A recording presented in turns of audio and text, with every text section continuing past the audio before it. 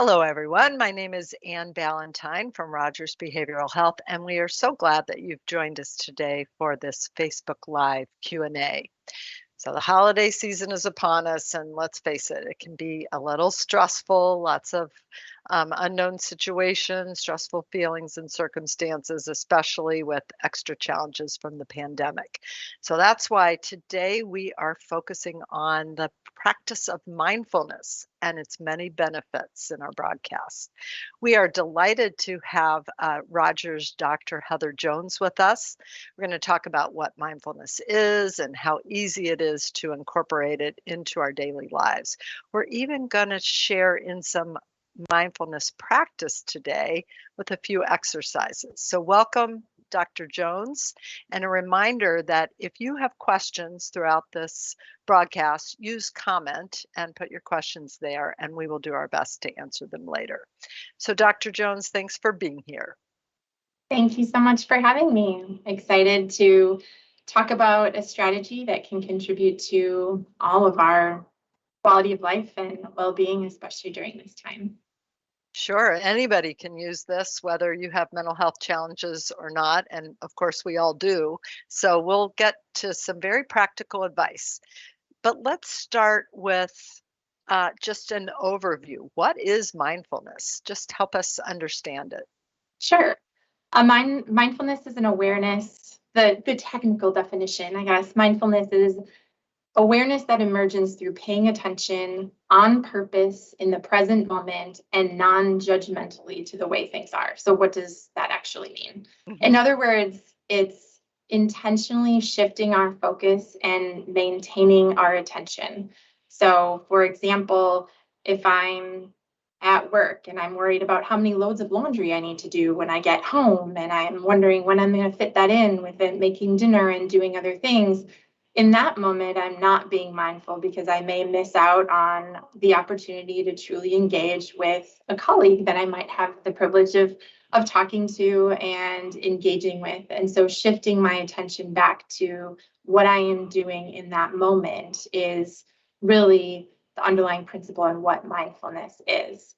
I like to tell people that whatever your attention is on in that moment, that's what your life is. And so if we can shift our mindful attention to things that are contributing to our values and contribute to overall joyful experiences, then it's a really great skill to have.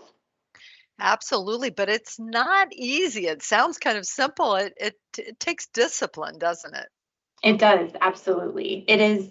Sometimes we think of mindfulness as meditation and relaxing, and it really does take intention and practice and discipline to continue to, I talk about it as going to the gym, and maybe the first couple of times, just the motivation to get there, right?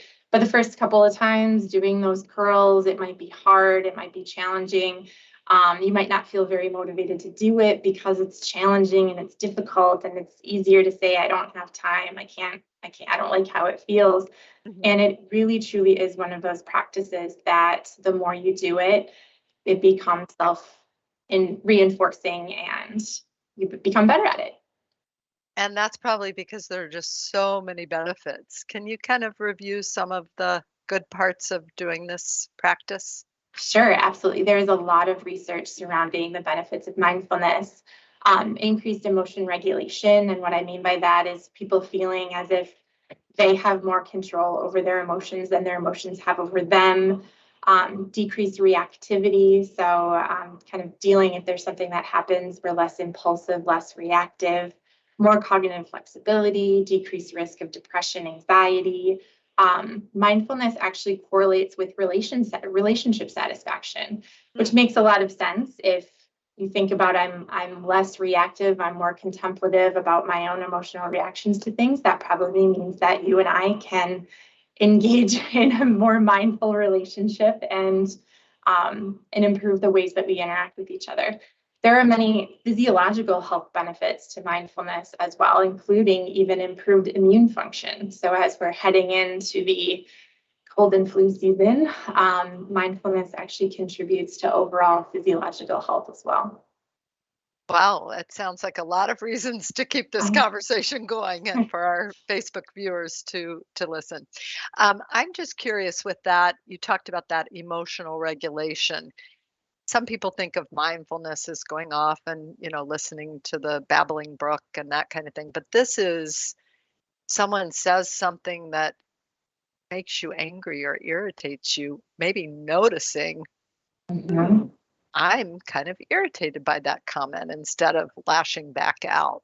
Can Ab- you give us an abs- example of what the steps are in that mindfulness? Yeah, absolutely. So it's you described it really well, actually. It's having an experience, whatever, whether that's someone cuts me off on the highway or says something, and I usually our next reaction is interpretation, and we don't always have awareness of why we're feeling the way that we feel in reaction to something that happens in our environment. However, with mindfulness, it allows us, I talk about this like space in between when we experience something and when we react to it. Sometimes it's very, very small. And so mindfulness actually creates a larger space to allow us the self control and the control to be able to react internally first before externally responding. So, really, and emotional identification, there's a lot of linkage between mindfulness and an ability to identify what emotion I'm experiencing to be able to respond skillfully rather than reacting. And when we react quickly, we often get ourselves in trouble. So that is really excellent advice. Thank you. So now let's get to the good stuff. Can you walk us through some mindfulness practices? Sure. So mindfulness can look a lot of different ways. It can be self-led. We're going to do kind of an active mindfulness and then more of a passive, um, a breathing exercise that people might, associate with being mindful. Mindfulness is something you can do at any time, anywhere, though. I can mindfully wash the dishes. I can mindfully engage in a conversation. I can mindfully brush my teeth. So there's lots of different ways to apply mindfulness to our daily lives. So All it's right. not like a 1, 2, 3, go sit down on a cushion and be mindful. It's really about the intention. It's about the intention that I'm going to be here with you right now, listening and contemplating what is happening versus being somewhere else or thinking about something else. Great. So, all right. So the first one, and I like this one because it's applicable, I think, to almost any age range. So it takes all five senses. So some people talk about this as 5, 4, 3, 2, 1. Other people call it the five senses activity. So I'm going to actually walk you through it. Anne, are you willing to do it with me? That'd be great. Awesome. All right. So the first thing we're going to start with five. I'm going to want you to notice five things in your environment. So five things that you can see. You can either do that internally to yourself, or sometimes even if we really need to use mindfulness to interrupt a difficult cycle of emotion, we can even write them down if we need to. So I will ask you to tell me five things that you see in your environment. Good. I see a wonderful nature poster with some woods and another one with Lake Michigan. I'm looking around. I see a Rogers water bottle, sorry.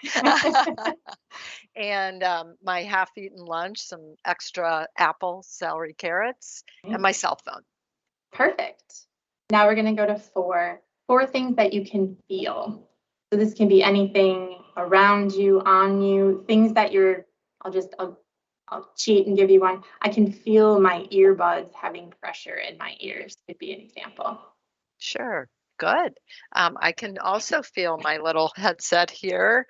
I feel my clothing against my skin.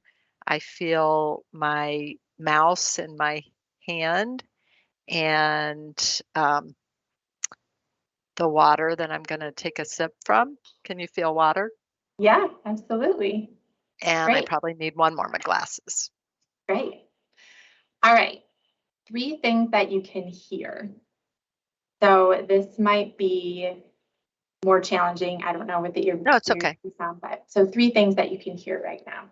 Sure. I just heard your voice. I can hear the soft hum of my laptop, and I actually hear the ticking of the clock on the wall. Ah, perfect. So I just want to ask you, we have two more to do, but during this time, are you thinking about other things? No, I let it all go. I mean, I haven't noticed that clock in the 5 years I've been here. So this is a really great one to kind of interrupt those thoughts or really difficult emotions because it takes a lot of your attention to do. All right, two things that you can smell. I do smell the remnants of that clementine. Mm. Hmm. I'm sure the Clorox wipes that are here to disinfect my computer would have a smell if I opened it. Right. And then the last one is taste. And so sometimes this is one I've joked with people before, like, I think that's the remnants of something Yeah, I ate this morning for breakfast. But this could be an exercise that you have things in your environment that you intentionally use. So an Altoid mint, for example, it's a good one to end on because it's usually really powerful and takes your attention. that So sounds good. yeah. Yeah, that remnant of my little lunch I Right. described. Right. Good. That I think this is a great exercise, and you're right, it could be done anywhere, anytime, just to stop and go through 5, 4, 3, 2, 1. Easy to remember. Love it. Yeah, it kind of sets the reset button, shifts your attention. Sure. So the next one we'll do, and we will just do a breathing exercise. So I'll walk you through it the whole time. I'll be talking, eyes open, closed, whatever you're comfortable with. So this is called four square breathing. It's four because it's an inhale, a pause, an exhale, and a pause. So we'll go ahead and we'll start with inhaling and exhaling through your nose, and I'll talk in a second why that's important. Okay, so inhale, pause, exhale, pause, inhale, pause, exhale, pause. So as Anne continues with her inhalations and exhalations, I asked you to continue to breathe through your nose. It slows down your rate of respirations, which can help with the somatic relaxing of your body. So this is a more mindfulness exercise that can be relaxing to focus on your breath. There's also research to suggest that exhaling for a longer period of time than inhaling actually helps prompt your parasympathetic nervous system. So it's a fancy way of saying it actually reduces your heart rate. So in times where you're feeling stressed, sitting and doing a breathing exercise like this and really focusing on your breath is a really great strategy to help reduce that physiological stress and psychological stress. So you had the square, that'd be the even breathing. Could we make a rectangle in our Sure, mind for the longer sure. Yeah, longer what would that be? Would exhales? that be a quadrilateral or Yeah, something? quadrilateral for sure. And again, can happen anytime, anywhere. And, I noticed both of us started to just naturally close our eyes gently or have them softly open. Is that a good idea or does it matter? That might See, freak some people out if you're doing it at work, right? totally, totally. It's really dependent on your comfort level. For some people, we take in so much information visually. So for some people, closing their eyes, it allows them to focus inward more easily.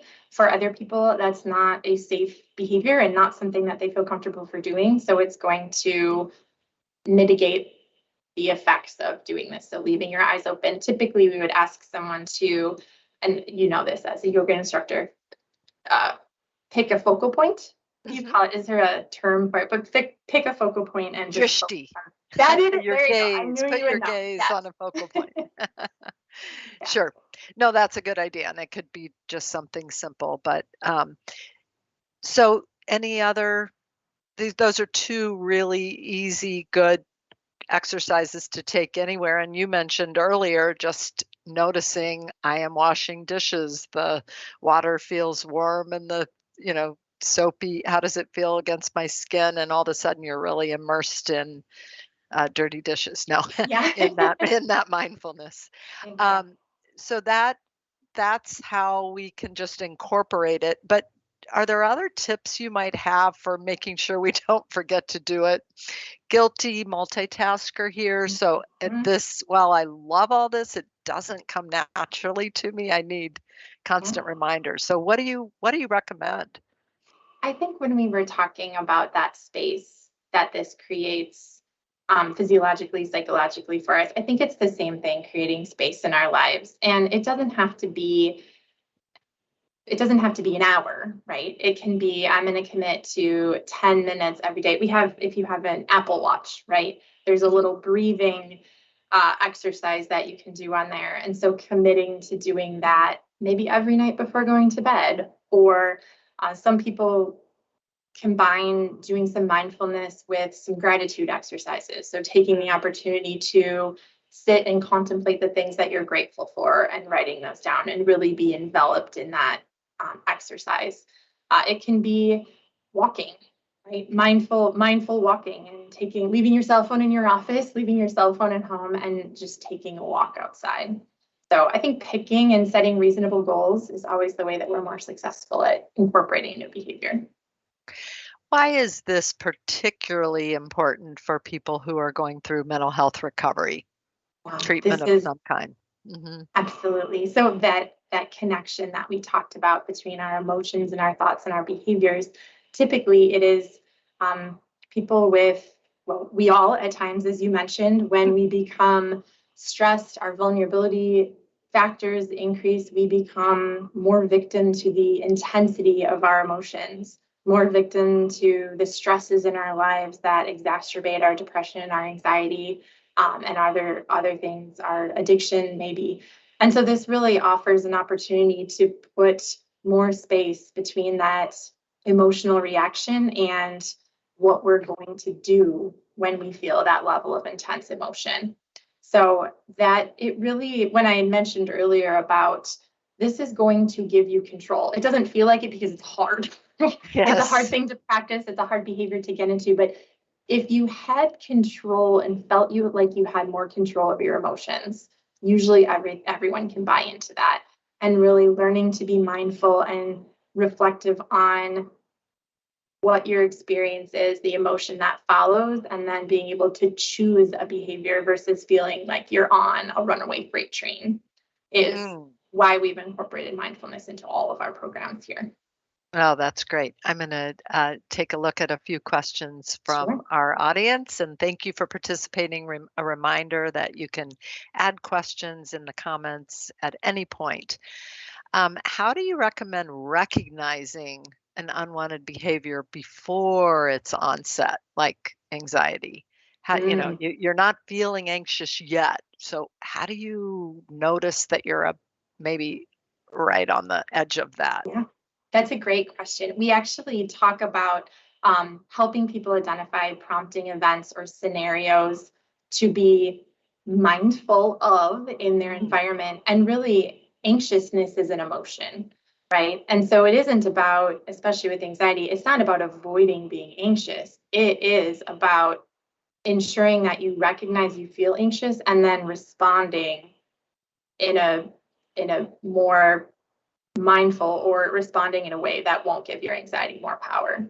So mm. can I share an example of, That'd be great. so it might be that there's an event coming up, right? It might be there's an event or a social situation coming up and it's coming up, but then all of a sudden in the car on your way there, there's just this overwhelming amount of anxiety and trepidation and fear because there's uncertainty related to it. So I think it's important to recognize, oh, that happened in the past, so I can anticipate that. I might do some mindfulness in the morning, some breathing. It's really important to not avoid. That's a really key strategy with anxiety. So continue to lean in, even though those emotions are there. I'm thinking of the upcoming Thanksgiving holiday, and sometimes family dynamics or other situations can make that a little stressful. So you're saying don't cancel your RSVP, Right. but maybe think about how you're going to handle a certain situation that causes you anxiety, how you're going to answer that question, I don't know. Absolutely. Sure. Um, is mindfulness the same as meditation? I think you hit on that a little bit earlier, but what are some of the key differences between meditation and mindfulness? So there are different types of meditation, and it isn't, I think there's sometimes the belief, again, that mindfulness is supposed to be relaxing and that we should never really fall asleep while being mindful because it's really intentional practice of doing something. So there may be some meditative apps that you use before falling asleep that help you fall asleep at night, which are, there's mindfulness components in there where you're focusing on your breath, but really mindfulness is a little bit different from meditation in the sense that it's really intentional and experiential the whole time. Sure. And sometimes people incorrectly use those terms interchangeably. That makes sense. Another great question from our audience, when I'm experiencing a trauma response, how can mindfulness help me? Sure. So part of one of the strategies of mindfulness is using grounding. So sometimes when we have a trauma response, we have a flashback, we're brought back into that dangerous and anxiety provoking situation, it can be helpful to do some grounding. So when we did 5, 4, 3, 2, 1, you were talking about feeling the clothing on your body, and sometimes it's feeling my feet firmly planted in my shoes, feeling the hardness of my desk, and really bringing myself back to this moment to not let my to help not let my brain go to back to that place, which is, again, not easy. Turning your mind and bringing yourself back into the present moment is not an easy thing to do. Now we're hearing from a teacher, absolutely loves the concept of mindfulness. How can I introduce these kinds of exercises into the classroom? Yeah, It's a great one. that is a great question. I've talked to teachers who have done really great exercises where about perception and even perception taking in terms of mindfulness. So having, you could do this even part of science class, is taking some object. Let's say you go outside at nature and you have a collection of things that you've gathered outside, and then in a circle, everyone take some time to maybe journal about what they see, what they perceive, what pieces of that collection they're observing. And it'll be interesting to then, so you have some mindfulness time there. They're enveloped in what am I observing and recording that. And then being able to have a conversation collectively about how one student's perception who's sitting over here might be completely different about another student's perception that's sitting over here, and how that experience is a shared experience, yet people have very different perceptions about it. So that is one. I've seen other people have done glitter jars. Mm-hmm. So I don't have the recipe in front of me, but water, glue, glitter, shake them up, and then if there's a time when someone's experiencing maybe some anxiety or someone's experiencing some distress, to shake up that glitter jar and then be able to watch that glitter slowly fall to the bottom of the jar and kind of take a little bit of a timeout to focus your attention on that. That's great. And some of those same ideas could work for parents who want to give their kids tools when it comes to stressful situations. Any other suggestions for parents with maybe hit different ages and little kids? What's something a parent with a small child could try? Sure. I like using breath to personify or talk about a different experience. So blowing out birthday candles, for example. So if your 3-year-old is, crying or tantruming, and being able to, use that as okay, let's blow out the birthday candles and just do a nice long breath. Do it again. Great job. And I think as parents, one thing that's so important is to model these behaviors. Get down to their level and model. We're going to take a deep breath together. Honestly, I will say it can help you as a parent also breathe and be more mindful and intentional in the way that you respond when we model those strategies for our children in those moments. So as an example, mommy's feeling kind of angry at what just happened. Let me take a deep breath Right. before I remind you that that's not a good idea. How's that? Yes, All right.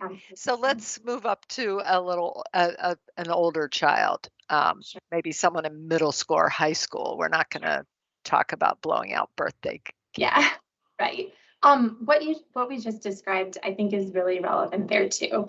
Um, Being able to identify my own experiences, that may not mean that I'm breaking into tears when I'm really sad, but being able to say when I'm feeling sad or frustrated, I I don't know how to respond, or I don't always respond in the best way. And so here's some strategies that that I use that Mhm. they may not want to do it with you either, right? They're like, oh, this Right. is lame, this is weird, what's wrong with you? But just being able to say, here's some strategies you can use. So when I'm frustrated, I know that I need to take some time, breathe, walk away from the situation for a moment, and then I can come back. And part of that really, and I know this, and it's hard to remember in the moment to think about what my emotion is and how that emotion, and usually it's if it's frustration, but it's coming from a different place, right? It's anxiety, it's fear, it's sadness that I don't want to feel, and then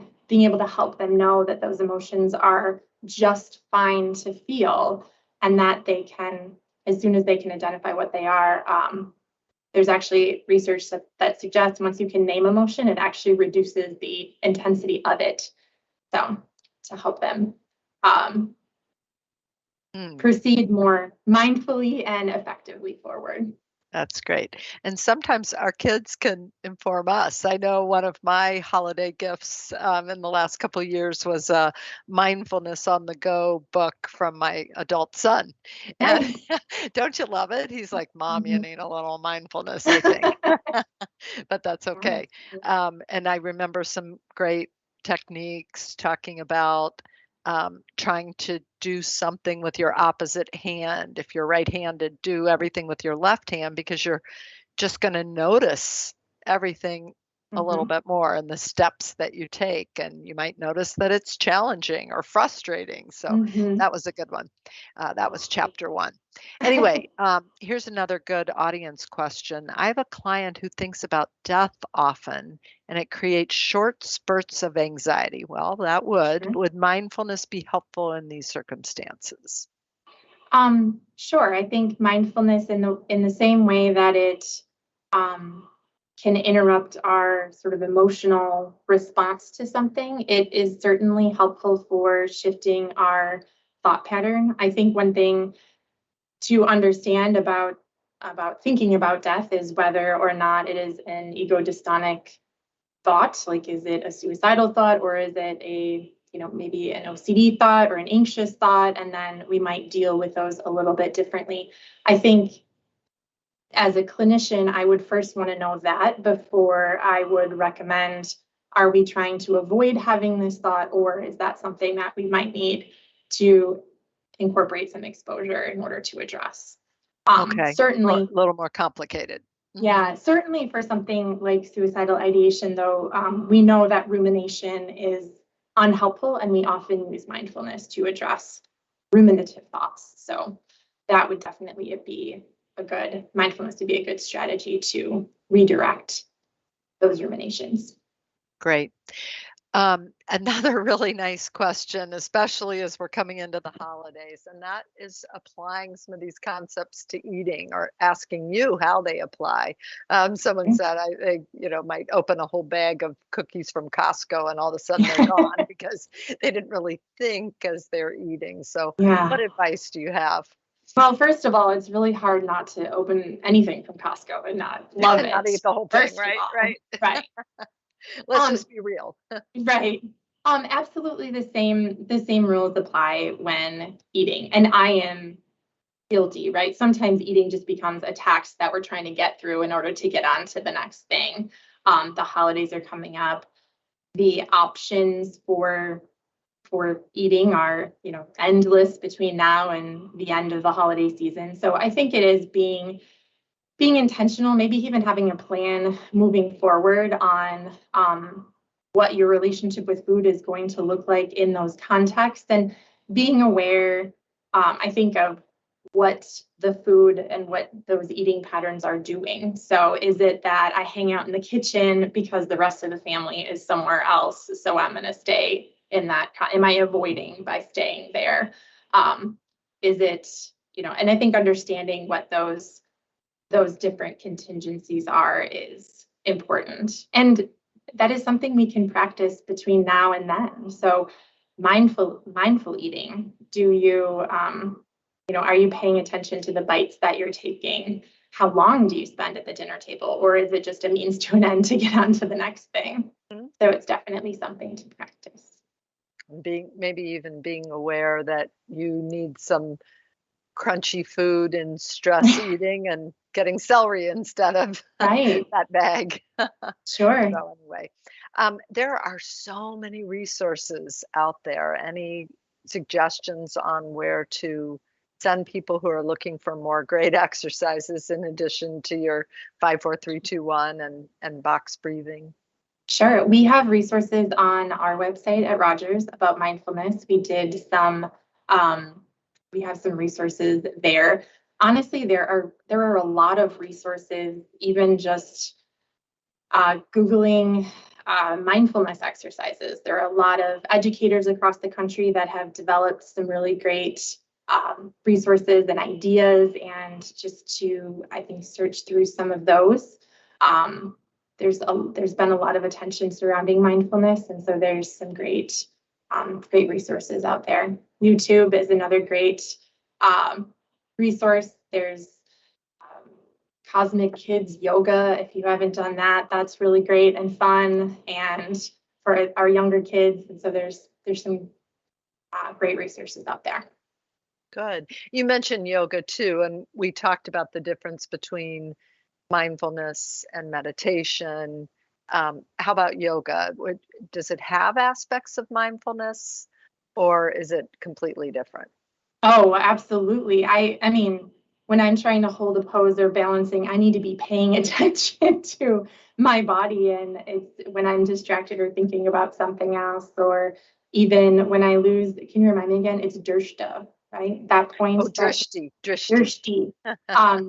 I think that's a really great example. When I lose, in trying in a balanced pose, when I lose my drishti, I become off balance. And I think that's a really great linkage of like how much of my entire being and attention needs to be on holding that pose and being intentional with my body. So absolutely. So the concepts can be applied and used in yoga, but simply doing yoga may or may not be mindful if you're just using it as an exercise, power yoga, and going through it. You could actually still be thinking about the laundry at home and all that if you're not, really good yoga is mindful. But I hear you. Anyway. If I'm doing yoga and thinking the whole time how much it hurts and how I can't wait to be done with it, then it might be that too. Again, we just want to remind our viewers, send in some more questions. I see another one here.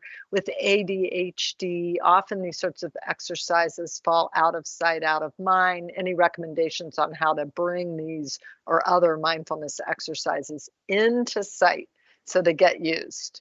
Yeah, that's great. I mean, I think one thing that we talk about here is visual management of our work and of skills, right? Mm-hmm. So how can it be easy to be in that environment, reminded of the options that you have?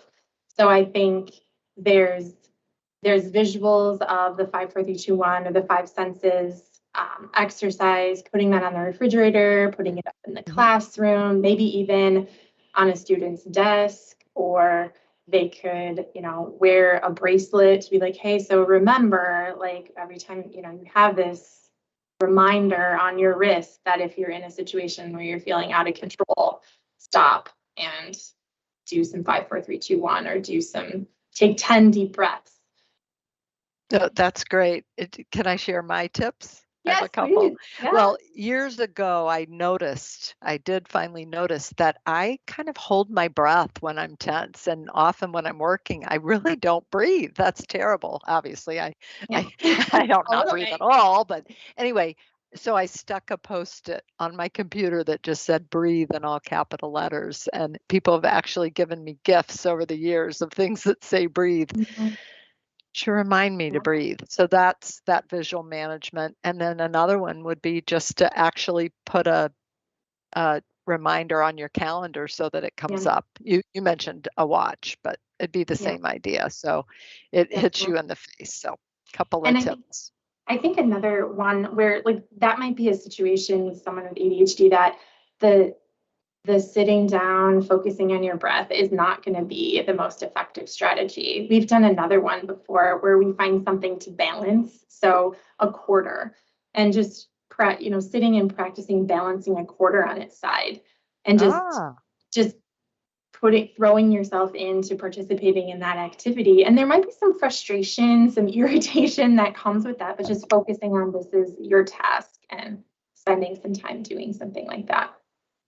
I know that crafts can be considered mindful as well. You mentioned the quarter. I'm thinking of like knitting or crocheting or something that takes, I guess, either way. If you're just doing row after row, you could not be thinking about it. But something Mhm. with an intricate pattern really does Sure, take concentration. Just sure, another idea.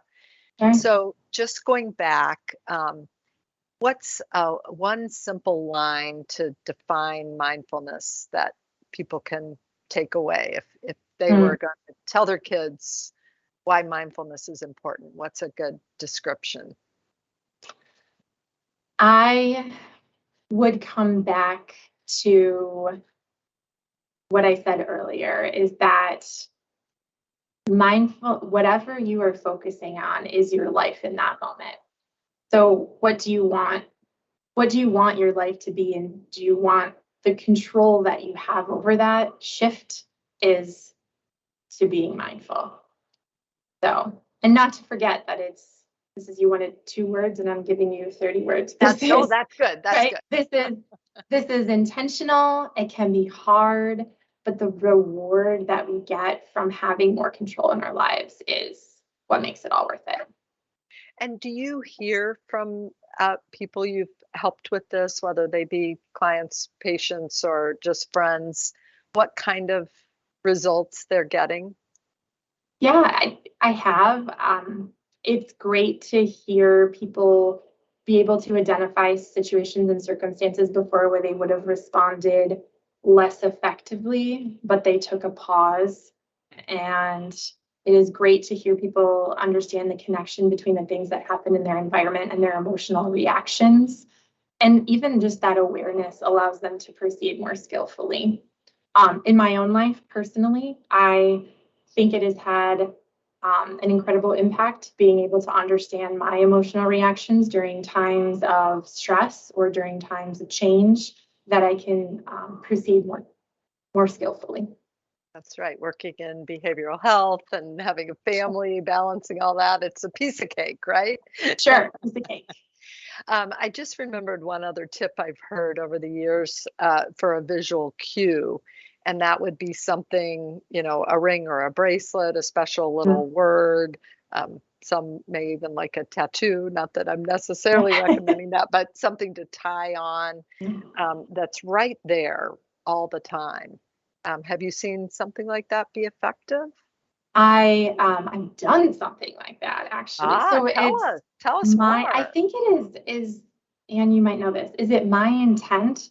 So there's a company actually that can get an engraving on a piece of Oh, jewelry, and you can put, to your point, breathe or um, whatever word that is meaningful to you and put it on there as just a constant reminder in your day-to-day life of what it is that you're working on. And we had talked earlier about goals, and it isn't okay, we are going to 100% shift our entire family, my entire classroom is going to be mindful tomorrow. But I think choosing something that is a reasonable goal and working towards that, it's a nice reminder. And especially if you have partners in that goal, your family. Or, That's a great suggestion, because what we wouldn't want is for anyone to leave this saying, I have to change my whole approach to life and have it feel overwhelming at all. So right. maybe some advice might be to pick one or two things to try today. Sure. And it might be going back to someone in your life who is a support and saying, hey, I saw this thing on mindfulness. I think I'm going to look into that more, and I'm going to understand what this feels like. Or, would you be on this journey with me, as maybe we turn the TV off during dinner, or maybe we have a moment of mindfulness before we start eating dinner together to be grateful for the things in our lives. I hate to even ask a question that I know the answer to, but talk to us about multitasking and mindfulness. Oh, yeah. You're going to scold me, I know.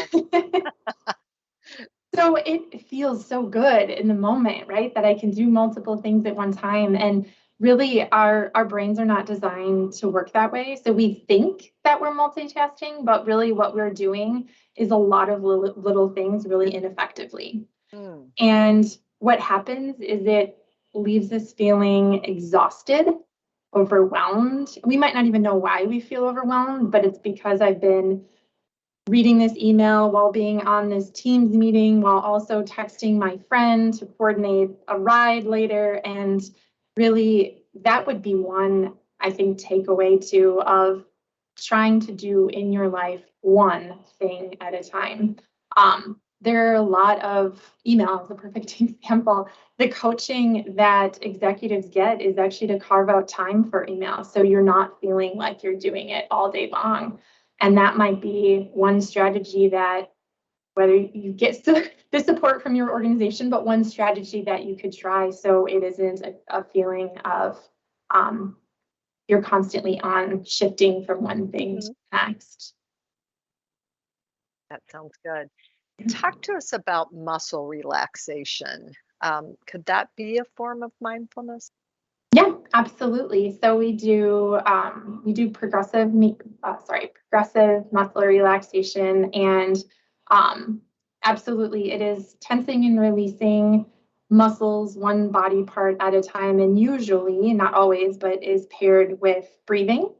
And it is absolutely an opportunity to be mindful as you focus on even, tensing and releasing the muscles. I'll share this one, but like tensing and releasing the muscles in your face, and like tensing your jaw and releasing it. It's hard to focus on something else when you feel that tension in your body. So we do talk about mindfulness with that activity. We talk about the release of that tension and how that feels compared to, I don't know if you're a shoulder shrugger, but like this, right? Like, what does it feel to have your shoulders be relaxed?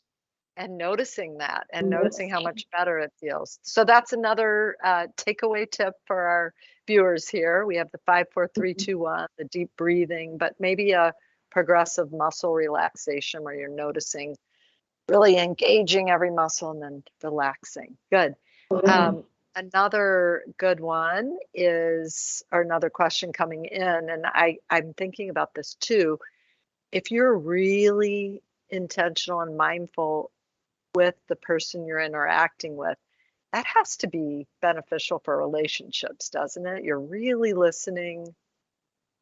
Yeah, absolutely. And how much more difficult it is to be mindful in interactions when we have been forced to do a lot of those interactions virtually versus in person, and thinking and contemplating what it feels like for us to be mindful and intentional once we get back into the same room with people, because it can be uncomfortable. We haven't done it in a while in a lot of cases at work or in other contexts where we've been virtual. So absolutely, I have eye contact with you. I'm not over here reading my email or doing something else. And it allows people to feel more connected and valued. And so I think that's a really important piece of being mindful. Sometimes if you're not mindful in interpersonal relationships, you can miss something and misinterpret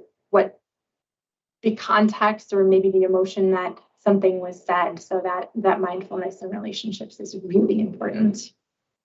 And also, it's kind of rewarding for the person who's mindful as well. I would guess they're getting more out of the relationship too. And that was our person was questioner was asking our opinion on that. And I'll just share mine. I think like right now, I'm really zoned in on you, and it feels really nice not to Yeah. be checking email and looking at my phone and all that, because Yeah.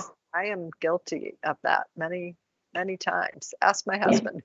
Same. Yeah. Anyway, what about Absolutely. you? Does that resonate with you? Yeah, absolutely. I think there are a lot of things in our lives that can take us away from being mindful with the people that we love. It's getting on to the next thing, it's an email that I need to check, it's social media.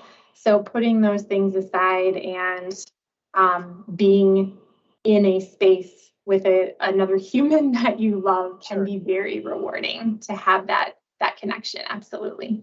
And it looks like our next question from someone who comes from someone who shares my pain. They realize it, so I'm mindful that I do it. Yeah. How do you break that pattern? How do Yeah. you keep from falling into it? Yeah. I think what come back so much has to do with if you're going to change a pattern of behavior, what are the goals that you're going to set and are they reasonable? So I remember, okay, I'm going to put my cell phone away before I go to bed. Well, maybe tried and failed. But Okay. are there times that you can carve out and are they sacred? No cell phones at the dinner table. And if maybe sometimes it's asking permission. If you're on all the time, is there times where, after 7 p.m. at work, I'm not reachable unless it's a significant emergency, because that's the time that I need to be in it with my family. Having the conversation and getting that social support to do it. You want someone to reinforce you for doing the thing that's hard. So socially and getting that commitment to say, okay, this is something I'm going to try to do. I'd really appreciate your support in helping me put my cell phone away during dinner. So that way I can do it. It's hard for me. I feel good about it. And you're also telling me how much you appreciate the fact that I'm there with you. So maybe having a buddy to practice Yeah, with, right. talk about your experiences and that Yeah. kind of thing.